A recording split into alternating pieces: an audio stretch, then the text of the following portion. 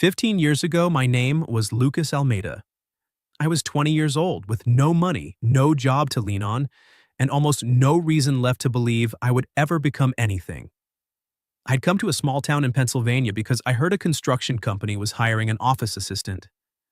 I carried an old backpack, a few changes of clothes, a recommendation letter, and the naive hope that if I just worked hard enough, life would finally open a door for me.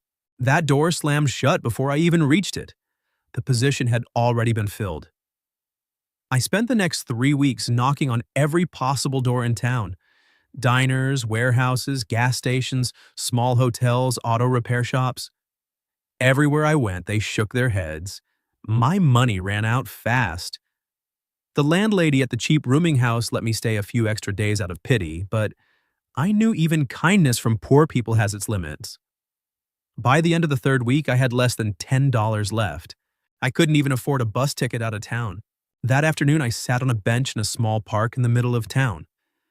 There was an old fountain, a few wooden benches, maple trees just starting to turn, and a couple of weekend stalls selling coffee, flowers, and baked goods. I sat on the farthest bench, backpack at my feet, elbows on my knees, staring at the ground. I wasn't crying. I was empty. That feeling was worse than crying because at least tears proved you still had something left to react with. I was thinking about leaving town, though I had nowhere to go. I was also thinking about giving up. Not in a dramatic way, just quietly disappearing from every expectation I had ever had for myself. That was when a girl's voice spoke in front of me. "Sorry, I didn't mean to bother you." I looked up. She stood a few steps away. About 16, brown hair tied back with a red ribbon, white apron with a little flower on it. In her hands was a paper cup of coffee and a slice of orange cake wrapped in parchment paper. She said, "You've been sitting here since my mom set up the stall. Normal people don't stare at the ground that long unless they're hungry or sad. I'm guessing you're both." I frowned, pride rising on instinct. "I don't need charity." She didn't get angry. She simply placed the coffee and the cake on the bench beside me. "I'm not bringing charity either. I'm bringing orange cake. Those are two completely different things." I looked at her. The calm way she spoke left me with nothing to say. In the end, I took the cake, not because I wanted help, but because my stomach hurt from hunger. She sat down at the far end of the bench, keeping a respectful distance. "My name's Mariana Silva. My mom sells cakes at that stall over there." I followed where she pointed. A middle-aged woman was arranging pastries on a table covered with a red and white checkered cloth. "Lucas," I said. "Lucas Almeida." From that day on, I started coming back to the park. At first because I had nowhere else to go. Later because Mariana was there. She never spoke to me like I was a failure. She asked what I wanted to do, what I wanted to build, why I had chosen hospitality when I didn't even have a stable place to sleep. I told her about my dream. I wanted to build small but decent hotels, places where guests didn't just check in and leave, but felt treated like human beings. I wanted to open cafes that smelled like real butter and real coffee, filled with real voices, not cold luxury spaces made only for photos. When I said it out loud, even I thought the dream sounded ridiculous. A broke 20-year-old with $10 in his pocket talking about opening hotels. But Mariana didn't laugh. She said, "People who can clearly say what they want to build are usually the ones who end up building it. People who have already given up don't talk like that. They talk like they said goodbye to their dreams a long time ago." I looked at her for a long time. A 16-year-old girl helping her mother sell cakes, speaking to me with a certainty no adult had given me in years. In the days that followed, I kept returning to the park. I told myself it wasn't because I was asking for food, but the truth was I came back because Mariana was there. She gave me coffee when the stall had extra and slices of cake her mother called cutting mistakes, even though we both knew they weren't mistakes at all. In return, I helped her carry boxes, set up tables, and put away chairs. We talked about the future. She said she wanted to open her own small bakery one day. Nothing big, but a place with soul where every cake had a story. Then the last real chance appeared. An old acquaintance messaged me that a logistics company in Chicago was hiring an operations assistant. It wasn't a big job, but it was a real one. They needed someone to interview within the next 3 days. If I got it, I could start over. But I needed money for the bus ticket, a temporary place to stay, and food for the first few days. About $700 in total. I didn't have it. I told Mariana one Saturday afternoon, trying to sound casual. Maybe that chance wasn't meant for me, I said. I'll probably just keep looking for work around here. Mariana stayed quiet. She had a strange kind of silence, like she was doing math in her head, not with money, but with fate. The next morning, she came to the park earlier than usual. In her hands was a white envelope. She held it out to me. There's $700 in here. I froze. Mariana, no. It's the money I saved for 4 months. No, absolutely not. What were you going to use it for? She looked toward her mother's stall. To buy a new stand mixer. Mom's old one keeps cutting out, but the old one can still be fixed. Your chance might not wait. I stood there, not daring to touch the envelope. I can't take money from a 16-year-old girl. She looked straight at me and said, very seriously, then don't take it as money from a 16-year-old girl. Take it as one person's belief in another. Then she gave me one more thing. A small piece of paper torn from a school notebook. On it, written in blue pen, were 6 simple words. Go far. I believe in you. I read the sentence over and over. My throat tightened. I said, one day I'll come back. I'll pay you back. I'll thank you properly. Mariana smiled. Her smile always came before her words, as if the kindness inside her moved faster than her voice. I know, now go. You have a life to start. I left town on the Monday morning bus. Mariana didn't come to the station. We said goodbye under the maple tree in the park. I carried my old backpack, $700, a slice of orange cake her mother had wrapped for me, and that small piece of paper with 6 words. That night I slipped it into my wallet. I didn't know then that the note would stay in my wallet for the next 15 years. And I didn't know that the girl who gave it to me would become the name I searched for the longest in my life. 15 years can turn a broke 20-year-old into someone the newspapers call a self-made man. But I knew the truth was never that clean. I wasn't entirely self-made. I had been saved by a 16-year-old girl, a paper cup of coffee, a slice of orange cake, and $700 she should have used to buy a new stand mixer for her mother. I reached Chicago and got the operations assistant job. I worked like someone terrified of being thrown back into the dark. I arrived earliest, left latest, learned everything from accounting to warehouse operations, from customer service to negotiating with suppliers. Later, I moved into hospitality, bought a failing motel, and turned it into something clean, warm, with free coffee and staff who remembered guests' names. That motel made money. I opened a second one, then my first cafe, then my first boutique hotel. By the time I was 35, I was the owner of Almeida Hospitality, a group of boutique hotels and cafes operating across Illinois, Pennsylvania, Ohio, Michigan, and New York. People called me a millionaire. They said I had vision. They said I understood guest experience better than many bigger competitors. But no one knew that everything had started from the feeling of being truly seen by someone who asked, "What do you want to build?" For 15 years, I looked for Mariana. I went back to that small town. The bakery stall in the park was gone. Locals said the mother and daughter had left years ago. Some remembered the name Mariana, others only remembered the girl with the red ribbon who sold orange cakes. I hired private investigators 3 different times. I searched through small business records, school files, vendor permits, and social media. But the name Mariana Silva wasn't rare. Every time I thought I had found her, it turned out to be someone else. Once I drove more than 3 hours to a farmer's market because I saw a photo of a stall with a red and white checkered cloth. When I got there, the woman selling cakes was a stranger. I kept that small piece of paper in my wallet the entire time. It had become so worn that the creases were almost tearing. I wrapped it in a thin layer of plastic, but I still carried it with me. On difficult days, before walking into an important meeting, I would open my wallet and read those 6 words. Go far. I believe in you. I had gone far, but I still hadn't found the person who told me to go. My mother, Helena, was the only one who knew the full story. She still lived in a small town in Pennsylvania and refused to move into any of the houses or apartments I bought for her. She said old tree roots don't like being moved. Every time I came over for dinner, she would ask, "Are you still looking for that girl?" I usually answered vaguely, "I'm just doing market research for new locations." She never believed me, but she never pushed either. She only looked at me the way a mother looks at a son who carries a debt that money can never repay. Inside the company, the person who understood my schedule best was Vanessa Monroe, the marketing director. Vanessa was sharp, professional, and almost intimidatingly competent. She had helped Almeida Hospitality expand the brand and turn every new hotel opening into a media event. She had worked with me for 4 years, and I knew she had feelings for me even though she never said it directly.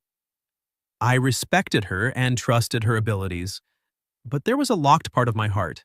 I didn't know if I was still waiting for Mariana or simply waiting for a chance to properly thank a memory. Then Almeida Hospitality decided to open a new hotel in Maple Falls, a growing town in Pennsylvania. It had an old downtown, a small park, brick-paved streets, and family-run shops that still used hand-painted signs. I chose the location for its weekend tourism potential. But the moment I stepped into town, I felt something strange. Not a clear memory, just the smell of autumn leaves, the sound of shop doorbells, and the way sunlight fell across old windows. It felt like I had stood somewhere near here a very long time ago. I didn't know Mariana was living in Maple Falls. After her mother passed away, she had taken over a small bakery called Mari's Sweets.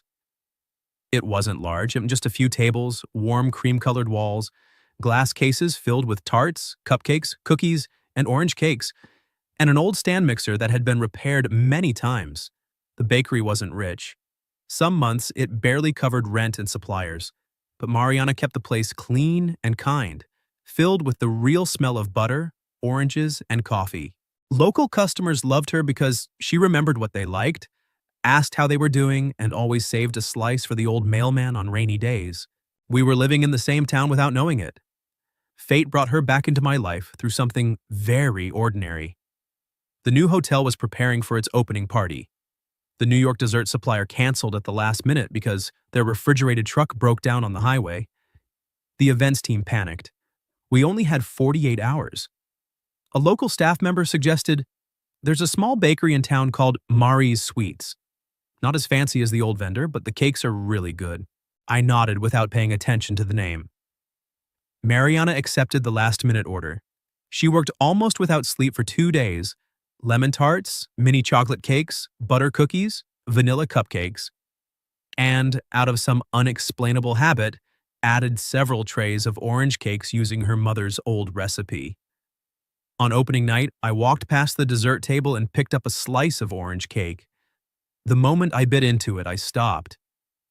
The smell of orange, the taste of butter, the slightly runny glaze, the moist texture, all of it pulled me back to a wooden bench in a park 15 years ago. The feeling wasn't a clear memory. It was more like a door quietly opening inside my chest. I asked the events manager, "Who made this cake?" "The owner of Mari's Sweets, sir, Mariana Silva." I heard the name. My heart skipped once, but my mind immediately pulled back. Mariana Silva was a common name. I had been wrong too many times before. I didn't dare to hope again. I said, "I want to meet her." When she stepped out from the side kitchen, hands still dusted with flour, hair tied with a deep red ribbon, I looked at her.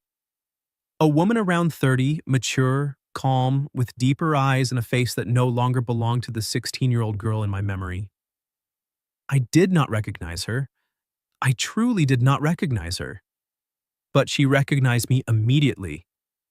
She just didn't say anything. I held out my hand.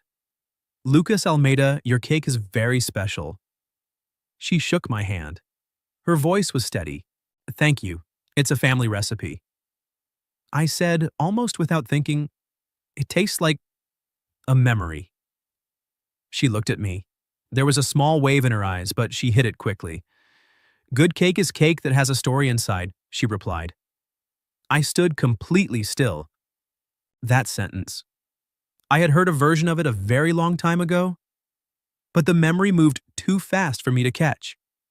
I only looked at her and felt that the woman in front of me carried something familiar in a way that made me uncomfortable, like a song I had heard as a child but had forgotten the lyrics to. That night, Mariana left the hotel without telling me the truth. She could have said it right then. I'm the girl who gave you $700 15 years ago. But she didn't want gratitude to decide everything between us. She wanted to know if, without that 15-year debt standing between us, I would still see the person she had become. Whether I could love Mariana at 31, the owner of a small, struggling bakery, and not just worship the 16-year-old girl who had once saved a broken young man. So she kept the secret. And I, the man who had spent 15 years searching for her, began to fall in love with her as if she were a complete stranger. The morning after the opening, I walked to Mari's Suites before going to the hotel. I told myself I was only checking on the local supplier and thanking her for saving the event.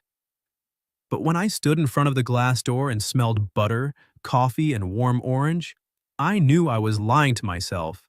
Mariana was behind the counter, carefully decorating a small cake. She looked up when the bell above the door rang. "Good morning," she said. "Would you like to order more cakes for the hotel?" "No, just a coffee, if you have it." "We do. Sit anywhere you like." I chose the table near the window. She brought the coffee and placed a small slice of orange cake beside it. I didn't order cake. This one was cut uneven. It can't be sold. I looked at the perfectly sliced piece on the plate. Where exactly is it uneven? In the baker's pride. I laughed. The sound surprised me. It had been a long time since I laughed that easily with someone I had just met. I came back the next morning, and the morning after that.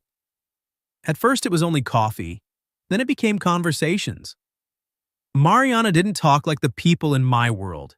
She didn't try to impress me, didn't flatter me, and never asked about money or press coverage. She asked simple, difficult questions. "What part of the hotel makes you feel proudest?" she asked one morning. I started talking about design, service standards, and operational systems. She shook her head gently. "No, I mean the part that makes it feel like it has a soul." The question left me quiet for a long time. Very few people had ever asked me about the soul of what I built. Most only asked about occupancy rates, average daily rate, and profit margins. I told her about the cafes inside my hotels, how staff were trained to remember returning guest names, and how we tried to work with local bakers instead of using frozen products whenever possible. I told her that when I was 20, I had once been hungry in a park and a single slice of cake had made me believe people could still be kind. Mariana listened. She didn't tell me she was the girl in that story. She only asked, "Did you ever find her?" I put my hand on my wallet but didn't open it. "I've been looking for 15 years. To pay her back?" At first, I thought that was the reason.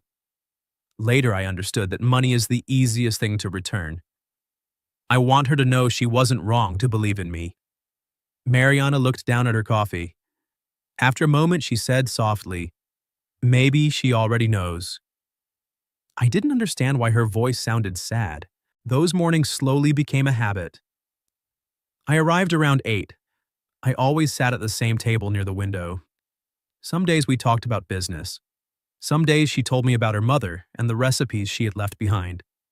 Especially the orange cake and the belief that good cake is cake that has a story inside.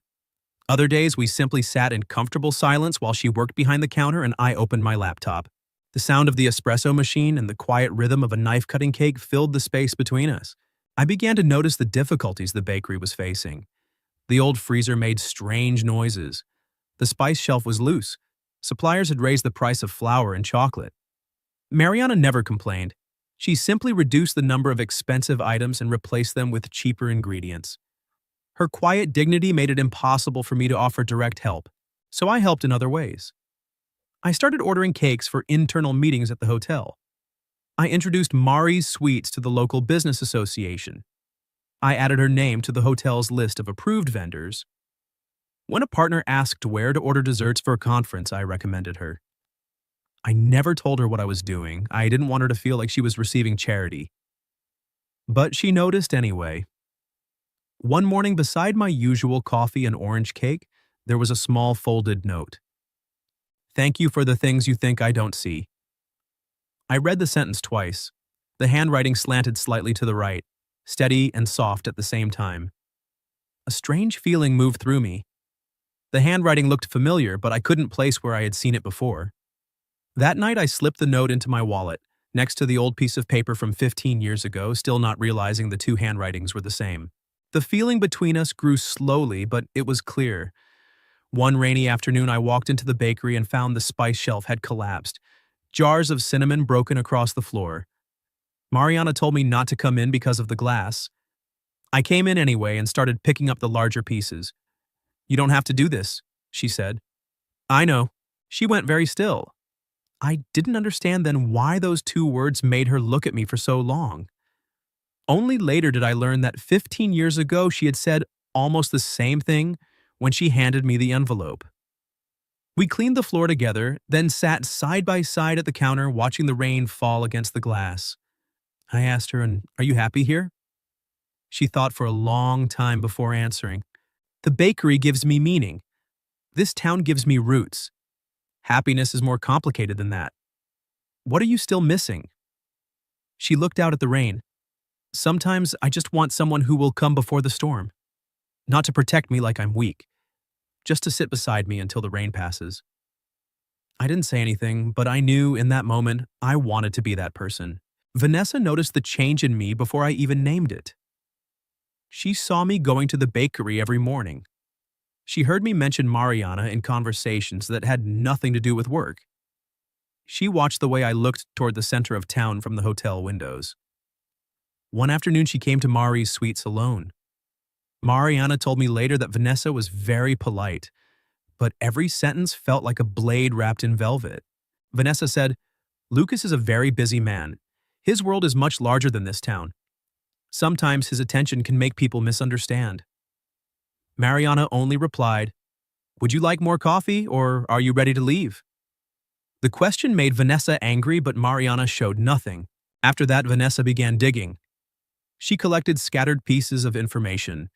The bakery had once owed suppliers. Mariana had once sent a business proposal to one of Almeida Hospitality's branches years ago and been rejected by the system. Revenue had increased after I appeared, and several new customers were coming from the hotel. All of it was true, but Vanessa twisted the pieces into a different story. That Mariana had deliberately approached me to save her failing bakery, using charm and a hard luck story to take advantage of me. When Vanessa placed the file on my desk, I made the biggest mistake of all. I didn't ask Mariana. I trusted the cold silence of papers more than the eyes of the woman who had looked at me with truth for weeks. I didn't get angry. I simply withdrew. That was the crueler thing to do.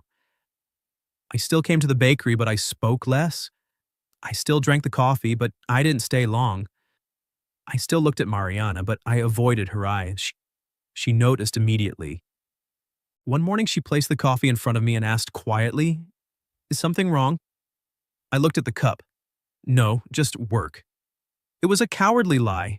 Mariana didn't push. She only nodded and returned to the counter. Her calm acceptance hurt me more than if she had demanded an explanation, because a part of me wanted her to defend herself even though I hadn't accused her yet. I wanted her to break the distance I had created, but Mariana was no longer the girl who gave trust for free at 16. At 31, she no longer wanted to beg anyone to believe in her. The charity event for the new hotel was held on Friday night. It was meant to raise funds for local vocational training programs. Business owners, local journalists, city council members, and the entire Almeida hospitality team were there. Mariana had been hired to provide all the desserts. She arrived early and arranged everything herself. Lemon tarts, chocolate mini cakes, butter cookies, vanilla cupcakes, and, following a habit she couldn't explain, placed several trays of orange cakes right in the center of the table. I wasn't there at the beginning. I had flown to Detroit to sign a contract and wasn't expected back until the next morning. Vanessa was in charge of the event. Around 9 o'clock, Vanessa stepped onto the stage to give a speech. She began with the usual beautiful words about kindness, opportunity, and social responsibility. Then her tone changed. We all want to believe in touching stories, Vanessa said. But sometimes behind those stories is calculation. There are people who see a large company, a successful man, an opportunity to gain something, and then wrap themselves in a pitiful appearance to step inside. The entire room went silent. Mariana was standing beside the dessert table. She understood immediately. Vanessa never said her name. She didn't need to. She spoke about a small bakery that once owed suppliers, someone who had once tried to approach the company, and someone whose revenue suddenly increased after becoming close with the hotel's leadership. Every sentence was vague enough to avoid a lawsuit, but clear enough that every pair of eyes slowly turned toward Mariana. People began whispering. Some looked at her with pity, others looked uncomfortable but said nothing. The room had turned into a circle of judgment. Mariana didn't argue, she didn't cry, she didn't explain. She simply placed the tray she was holding onto the table, took off her gloves, picked up her bag, lifted her head, and walked out. She didn't rush. She didn't lower her gaze. She gave Vanessa no satisfaction of seeing her break. She left the event with every ounce of her dignity still intact. A young staff member named Raphael had recorded the end of Vanessa's speech on his phone. Not out of curiosity, but because he felt what was happening was wrong and wanted proof. I returned to the hotel late Sunday night. Raphael sent me the video. I watched it once, then a second time, then a third. Every time I reached the part where Mariana put down the tray and walked out of the room with her head held high, the shame inside me grew heavier. Not only because I hadn't been there to protect her, but because I had done almost the same thing Vanessa did. I had judged her in silence based on pieces of paper I never verified, without giving her a chance to speak. I called Vanessa at nearly 2 in the morning. Explain the video. She stayed quiet for a few seconds. I was only protecting the company. No, you humiliated someone in front of a room full of people. Lucas, didn't you see? She approached you for her own benefit. Tomorrow morning, I want every single piece of information you gave me to be reviewed by legal. Every single one. The next morning, I went through everything Vanessa had collected. It only took one session for the entire story to fall apart. Mariana's old email was a normal business proposal she had sent to several companies years ago. It had simply been filtered out by the system. The bakery's debt was old debt that Mariana had been paying off little by little on her own. The increase in revenue wasn't because she was using me. It was because the new hotel had brought more visitors to town, and because I had quietly introduced her to people. Every conversation Vanessa had used had been taken out of context. Vanessa hadn't completely invented anything. She had done something more dangerous. She had used fragments of truth to build a complete lie. I went straight to Mari's suites. The door was closed. The lights were off. The tables and chairs inside had been neatly stacked. I knocked, but no one answered. An older woman from the shop next door told me Mariana had stopped by yesterday, returned the keys, and said she would be leaving town in 3 days to take a job at a larger bakery in Boston. I felt something drop inside my chest. I drove back to the hotel and began checking every document Vanessa had given me. By late morning, the truth was completely clear. I called an emergency meeting with the board. Vanessa was removed from all projects and later asked to leave the company. I didn't make a public spectacle of punishing her. I had never enjoyed humiliating people, even those who had humiliated others. But the consequences were real, clear, and irreversible. Still, dealing with Vanessa didn't bring Mariana back. I called her. She didn't answer. I texted. No reply. I went to the bakery again. Empty. I asked her friends. All they knew was that she was planning to take the night bus to Boston on Wednesday. Before going to the bus station, I drove to my mother's house. I needed to tell her everything. Maybe because she was the only person who knew how long I had been searching for the girl from years ago. Maybe because deep down I felt that everything was finally connecting to the past, but one final piece was still missing. My mother listened quietly as I told her about Mariana, the bakery, the orange cakes, the line, "Good cake is cake that has a story inside," the red ribbon, and the thank you note with the slanted handwriting. When I mentioned the red ribbon, she suddenly stood up.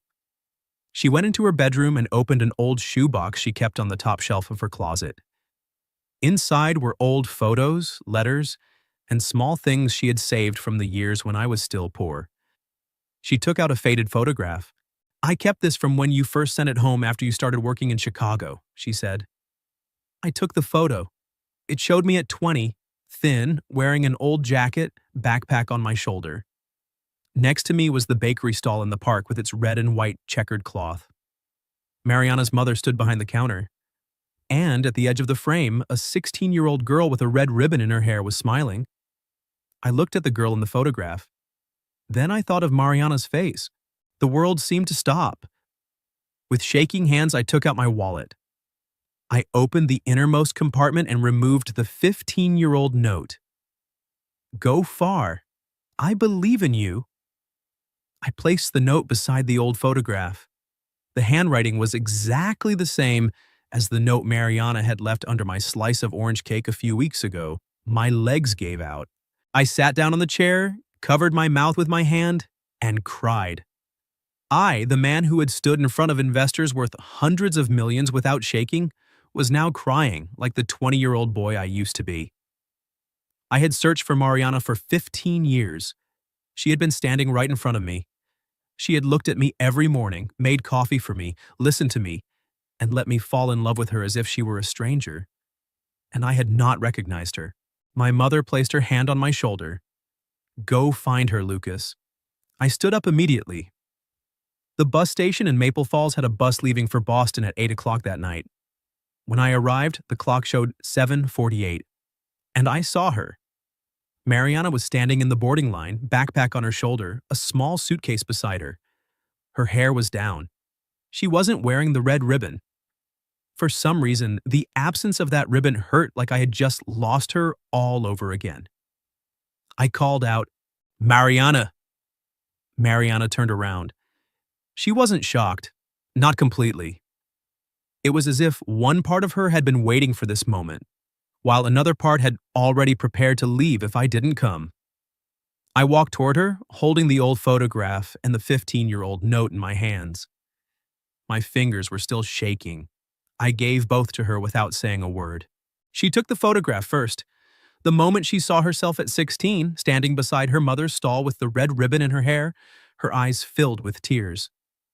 Then I placed the small, worn piece of paper on top of the photo. "I've kept it," I said, "for 15 years. It's been in my wallet every single day." Mariana looked at the 6 words. Tears fell, but she didn't wipe them away.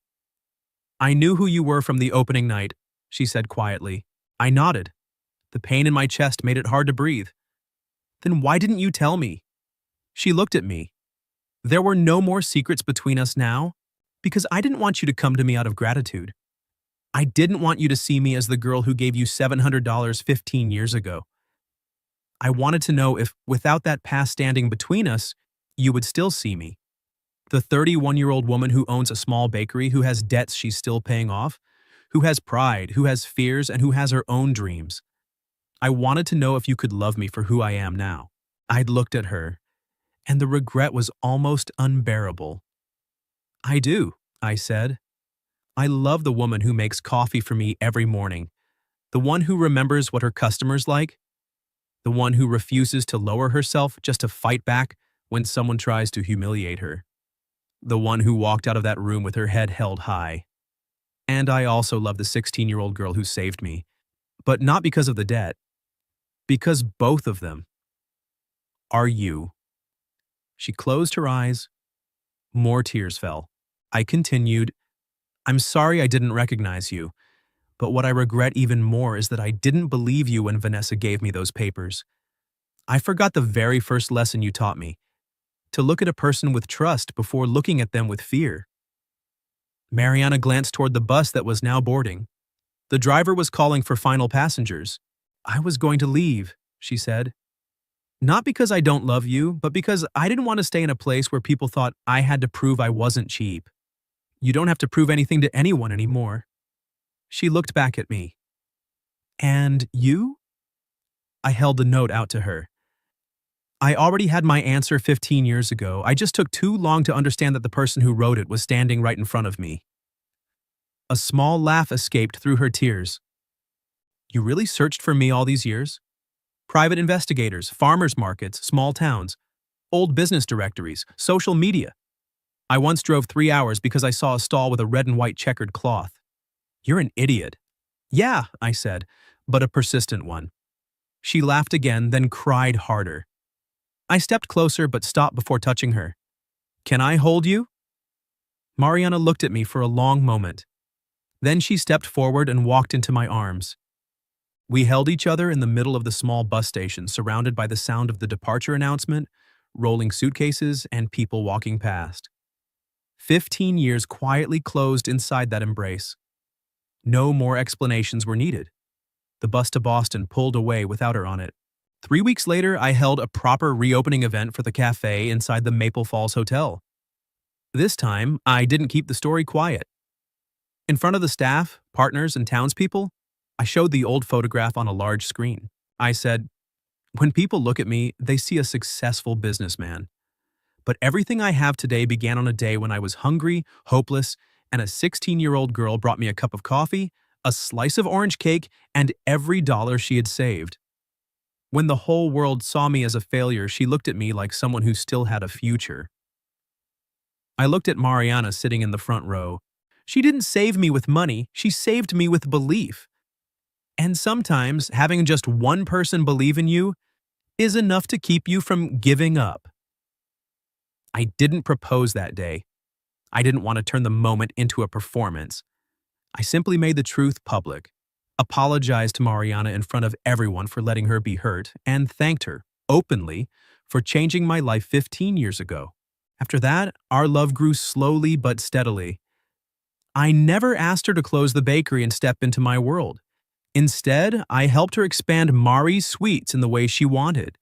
Still handmade, still filled with the real smell of butter and oranges, still a place where people felt like they were coming home.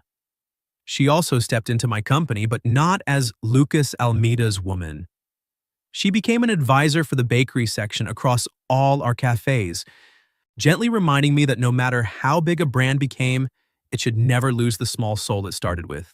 6 months later, we opened a free vocational training center in Maple Falls for teenagers from difficult backgrounds, unemployed adults, and anyone who needed a second chance. We taught baking, coffee making, small hotel operations, basic financial management, and interview skills. The name of the program was simple: One Slice of Cake. On the main wall of the center, we hung the old photograph in a light wooden frame. Below it was a single line: a small act of kindness can change an entire life. As for the 15-year-old note, Mariana refused to let me keep carrying it in my wallet anymore. She said it had already endured enough sweat, time, and stubbornness from me. We preserved it between 2 sheets of protective glass and placed it in the office at the center. The 6 words were still there, slightly faded but still readable. Go far. I believe in you. One afternoon I asked her, if you could go back to when you were 16, would you still give me the $700? She looked at me and smiled. Yes. Even knowing it would take me 15 years to recognize you? I would have added a 7th sentence. What would it say? She tilted her head, her eyes both teasing and gentle. Look more carefully. I laughed and pulled her into my arms. And I understood then that our story was never just about a successful man finding the person who once saved him. It was about kindness that doesn't disappear after it's given. It travels far, grows, circles through years and cities and mistakes, and one day returns in the form of a small bakery, a slice of orange cake, a woman who has grown, and an old note that still has the power to make a man cry. I had gone far. But in the end, every road still led me back to the first person who believed I could.